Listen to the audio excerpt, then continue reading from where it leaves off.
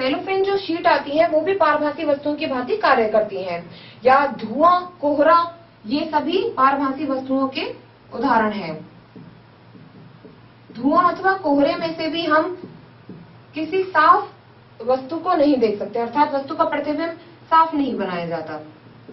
और इसके अलावा कोई भी सेलोफेन शीट पारभासी वस्तुओं के उदाहरण है। इसके बाद हम बात करें कोई भी जैसे दीप्त पिंड के बारे में कि दीप्त पिंड कौन कौन से हो सकते हैं। तो जैसे गैस बर्नर की जो ज्वाला होती है वह भी दीप्त पिंड की भांति व्यवहार करती है, क्योंकि वस्तु को ऊष्मा प्रदान करती है। तो गैस बर्नर की ज्वाला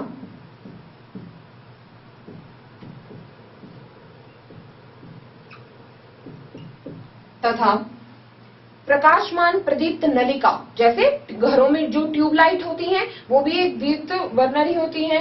तो ट्यूबलाइट या टॉर्च अथवा सूर्य, चंद्रमा, ये सभी जो है प्रकाशित पिंड होते हैं।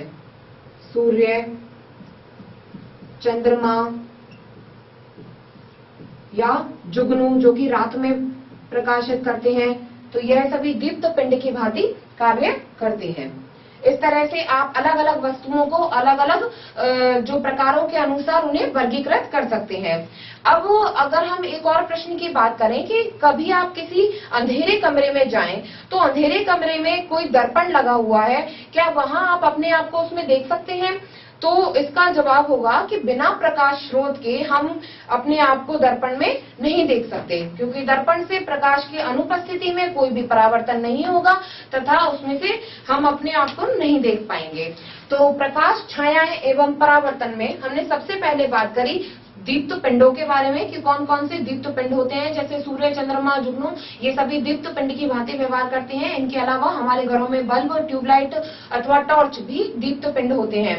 प्रकाश को सर्जित करने वाली वस्तुएं दीप्त पिंड कहलाती हैं। इसके बाद हमने पदार्थ या वस्तुओं के 3 प्रकार पढ़े, पारदर्शी, अपारदर्शी तथा पारभासी, तथा उनके उदाहरणों के बारे में समझा कि कुछ वस्तुएं ऐसी होती हैं जिनसे वस्तु के आर पार देखा जा सकता है, जैसे जल, वायु में से हम आर पार दे सकते हैं, तो वो होती हैं पारदर्शी वस्तुएं। तथा अपारदर्शी वस्तुएं जैसे लकड़ी का गत्ता या दीवार जिनके आर पार हम नहीं देख सकते, वो होती हैं अपारदर्शी वस्तुएं। तथा पारभासी वस्तुओं में हम कोई भी वसायुक्त पदार्थ जो होते हैं वो पारभासी होते हैं, जिनके आर पार हम आंशिक रूप से देख सकते हैं।